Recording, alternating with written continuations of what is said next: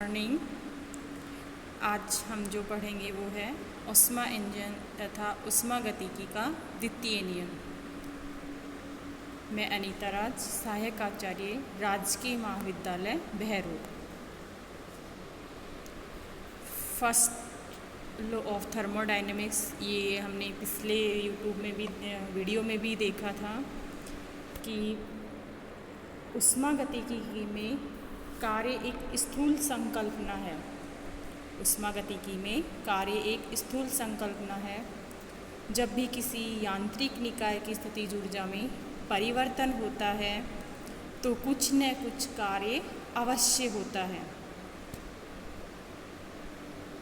ऊष्मागतिकी का प्रथम नियम ऊर्जा संरक्षण के नियम का भी प्रतिपादन करता है, अर्थात ऊर्जा संरक्षण के नियम पर ही आधारित है। इसके अनुसार किसी निकाय को दी गई ऊष्मा डेल्टा क्यू, किसी निकाय को दी गई ऊष्मा डेल्टा क्यू तथा निकाय द्वारा किए गए कार्य डेल्टा डब्ल्यू और निकाय की आंतरिक ऊर्जा में वृद्धि में एक निम्न संबंध बताता है। Delta U equal delta Q minus delta W.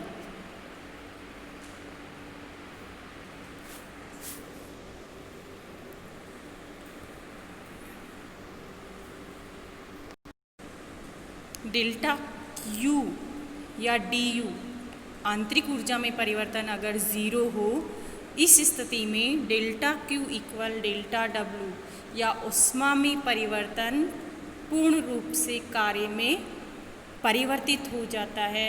Delta Q निकाय द्वारा अवशोषित ऊष्मा पूर्ण रूप से कार्य में परिवर्तित हो जाती है। यह कथन तो सत्य है, लेकिन वास्तविकता में ऐसा संभव नहीं होता। ये समीकरण बताता है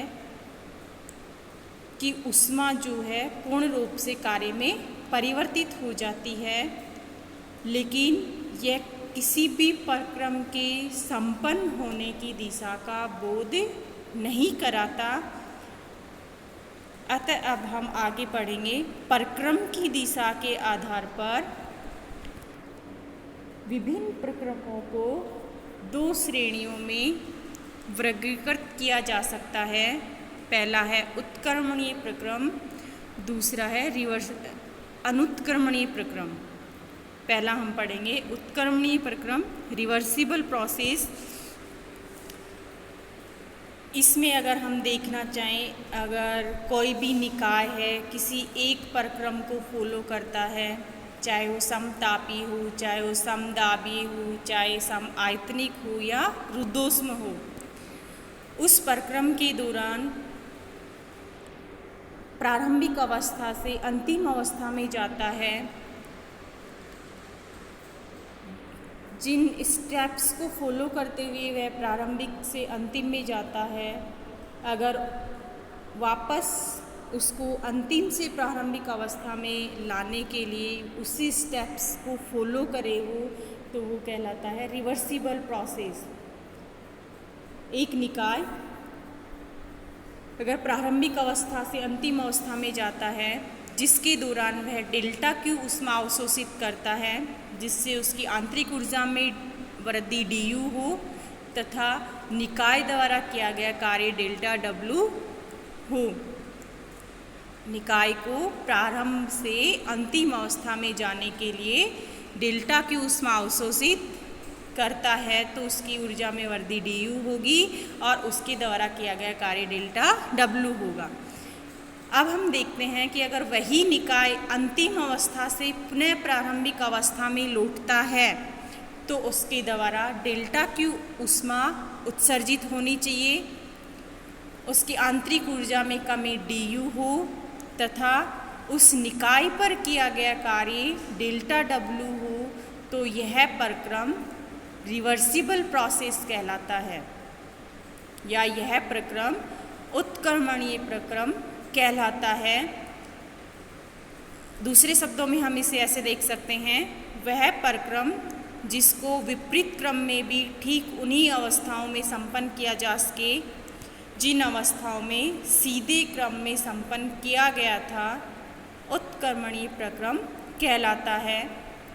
इसके जैसे एग्जाम्पल हम देखना चाहें, अत्यंत धीमी गति से किए गए समतापी रुद्धोष्म, स्प्रिंग का धीरे धीरे खींचना तथा कार्नो चक्र उत्क्रमणीय प्रक्रम के उदाहरण हैं। आगे की अध्याय इन्हीं टॉपिक्स में हम पढ़ेंगे कार्नो चक्र के बारे में, कार्नो इंजन और चक्र। समतापी प्रक्रम क्या होता है ये हम देख लेते हैं। कोई निकाय जिसमें पूरे प्रक्रम के दौरान ताप नियत रहता है तो वह समतापी प्रक्रम कहलाता है। अगर हम यहाँ पर आदर्श गैस समीकरण को देखना चाहें, आदर्श गैस समीकरण PV इक्वल nRT होती है। PV equal nRT, n constant है, RB इधर कांस्टेंट है, T भी कांस्टेंट हो तो PV इक्वल कांस्टेंट होगा, अर्थात P प्रोपोर्शनल 1/V और V प्रोपोर्शनल 1/P। P तथा V में जो ग्राफ बनेगा वो चरघातांक के रूप से घटता हुआ कर्व बनेगा, जो कि हमने पिछले वीडियो में देखा था। कर्व जो बना था PV में रुद्धोष्म समायतनिक और समदाबी प्रक्रम के लिए ग्राफ बनाया था। रुद्धोष्म प्रक्रम की हम बात करते हैं। इस प्रक्रम में एक निकाय द्वारा किया गया कार्य उस निकाय पर किए गए कार्य के बराबर होता है। अगर निकाय द्वारा कार्य किया गया है W, तो एक निकाय द्वारा किया गया कार्य W है, तो दूसरी निकाय द्वारा किया गया कार्य -W, उसके अपोजिट, अर्थात हम कह सकते हैं रुद्धोष्म प्रक्रिया में एक निकाय पर किया गया कार्य दूसरी निकाय द्वारा किए गए कार्य के बराबर होता है, W इक्वल -W'।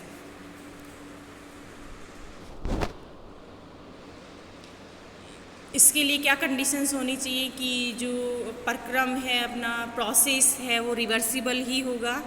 उसके लिए निम्न कंडीशंस होनी चाहिए।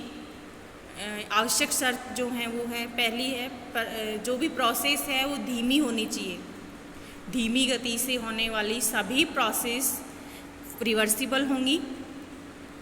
दूसरी जो कंडीशन है वो क्या होनी चाहिए, घर्षण, फ्रिक्शन, प्रतिरोध, रेजिस्टेंस, चालन संबंध, अप्रत्यास्थता द्वारा ऊष्मा की हानि नहीं होनी चाहिए। ये दूसरी कंडीशन थी। तीसरी कंडीशन क्या होनी चाहिए, निकाय के ताप, दाब, परिवेश के ताप, दाब के लगभग समान होने चाहिए। ये जो कंडीशंस होंगी फॉलो करेगा वह प्रोसेस जो है वो रिवर्सिबल होगा। पहला प्रक्रम धीमी गति से होना चाहिए। दूसरी कंडीशन है घर्षण, प्रतिरोध, चालन, और इस प्रोसेस के दौरान ऊष्मा की हानि नहीं होनी चाहिए। निकाय का ताप तथा दाब परिवेश के ताप और दाब के लगभग समान होना चाहिए। निकाय अपन यहाँ पर छोटा सिस्टम के बारे में बोलते हैं। दूसरा यहाँ पर जो परिवेश की बात हो रही है, पूरे ब्रह्मांड, निकाय को छोड़कर जो भी इससे इस पार्ट जो बचा है वर्ल्ड का या जो हमारे इसका इसका ब्रह्मांड का, उसको हम परिवेश में लेंगे। नेक्स्ट बात आती है, प्रक्रम दो तरह के होते हैं। पहला रिवर्सिबल, दूसरा है इरिवर्सिबल, अनुत्क्रमणीय और उत्क्रमणीय। दूसरे प्रक्रम के बारे में हम बात करना चाहते हैं। अनुत्क्रमणीय प्रक्रम क्या होता है, वे प्रक्रम जिनमें निकाय को विपरीत क्रम द्वारा पुनः अपनी प्रारंभिक अवस्था में लौट पाना या प्राप्त करना असंभव होता है, अनुत्क्रमणीय प्रक्रम कहलाता है। अनुत्क्रमणीय प्रक्रम जो है वो उत्क्रमणीयता की शर्तों का पालन नहीं करते,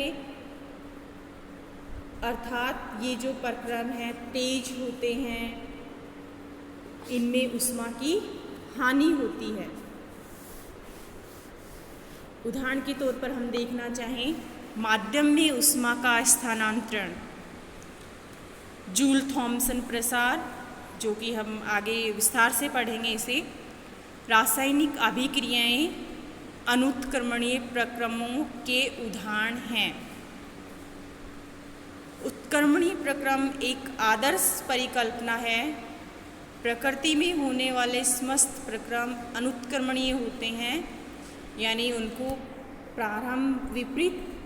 प्रारंभ से अंतिम अवस्था में से पूर्व अवस्था में प्राप्त करना असंभव होता है, अनुत्क्रमणीय प्रक्रम कहलाता है।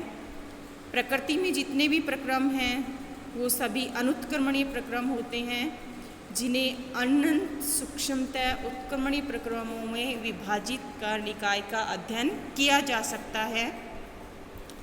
अब आगे जो हम पढ़ेंगे वो है हमारा टॉपिक ऊष्मा engine, heat engine, Carnot engine भी इसको बोलते हैं। ऊष्मा इंजन क्या है? ऊष्मा इंजन वह युक्ति या डिवाइस है जिसके द्वारा ऊष्मा को यांत्रिक कार्य में परिवर्तित किया जा सकता है, अर्थात ऊष्मा इंजन वह युक्ति है जिसके द्वारा ऊष्मा को यांत्रिक कार्य में सतत रूप से परिवर्तित किया जाता है। ऊष्मा इंजन के रूप में हम एक ऐसी डिवाइस चाहते हैं जो ऊष्मा का अवशोषण कर या ऊष्मा अवशोषित कर पूर्ण रूप से उसे यांत्रिक कार्य में परिवर्तित कर दे तथा आंतरिक ऊर्जा में वृद्धि बिल्कुल भी नहीं हो, ऐसा हम ऊष्मा इंजन के रूप में चाहते हैं कि जो संपूर्ण ऊष्मा अवशोषित कर उसे पूर्ण रूप से यांत्रिक कार्य में परिवर्तित कर दे। ऊष्मा इंजन के मुख्यतः 3 पार्ट होते हैं। पहला जो पार्ट है वो है ऊष्मा स्रोत, हीट सोर्स। दूसरा जो पार्ट है वो है कार्यकारी पदार्थ, वर्किंग सब्सटेंस। तीसरा पार्ट है वो है ऊष्मा सिंक, हीट सिंक। इनका विस्तार से अभी हम देख लेते हैं। ऊष्मा स्रोत क्या होता है? ऊष्मा इंजन के ये पार्ट है, 3 मेन पार्ट हैं इसके, heat source, working substance, heat sink. पहला हम देखते हैं उस हीट सोर्स क्या होता है। उच्च ताप इसका बहुत ज़्यादा होना चाहिए, उच्च ताप T1 पर, T1 केल्विन ले सकते हैं इसका टेम्परेचर। अनंत ऊष्माधारिता का ऊष्मा भंडार होता है। ऊष्मा इंजन में ऊष्मा स्रोत की भांति प्रयुक्त किया जाता है। स्रोत की ऊष्माधारिता अनंत होने के कारण इससे नियत ताप पर लगातार ऊष्मा प्राप्त की जा सकती है। देखिए ऊष्मा स्रोत क्या होता है। ऊष्मा स्रोत उच्च ताप T1 पर एक ऊष्मा का भंडार हम मान सकते हैं जिसकी धारिता अनंत होनी चाहिए, और यह ऊष्मा इंजन में ऊष्मा सोर्स की तरह प्रयुक्त किया जाता है। दूसरा जो पार्ट आता है यहाँ पर कार्यकारी पदार्थ। कार्यकारी पदार्थ के रूप में हम आदर्श गैस को काम में लेते हैं, जबकि व्यावहारिक रूप में वायु या वाष्प को प्रयुक्त किया जा सकता है। कार्यकारी पदार्थ कैसा पदार्थ हो? ऐसा पदार्थ जो ऊष्मा स्रोत से ऊष्मा ग्रहण कर या ऊष्मा स्रोत से ऊष्मा अवशोषित कर उसे यांत्रिक कार्य में परिवर्तित करता है, वह कार्यकारी पदार्थ कहलाता है। कार्यकारी पदार्थ के रूप में हम थ्योरेटिकली रूप से तो आदर्श गैस काम में लेते हैं, जबकि अगर हम व्यवहारिक रूप से देखें तो इसकी जगह वायु या वाष्प को काम में लिया जाता है। तीसरा जो इसका पार्ट आता है वो है हीट सिंक, ऊष्मा सिंक। ऊष्मा सिंक क्या होता है? उच्च ताप पर ऊष्मा स्रोत से कार्यकारी पदार्थ द्वारा ग्रहण की गई ऊष्मा पूर्ण रूप से यांत्रिक कार्य में परिवर्तित नहीं हो पाती। इस स्थिति में कार्यकारी पदार्थ को पुनः कार्य योग्य बनाने के लिए उसमें उपस्थित ऊष्मा का निष्कासन करना आवश्यक होता है। इसके लिए ऊष्मा इंजन में निम्न ताप T2 पर अनंत ऊष्माधारिता का एक हीट रिजर्वायर लेते हैं जिसे सिंक कहते हैं।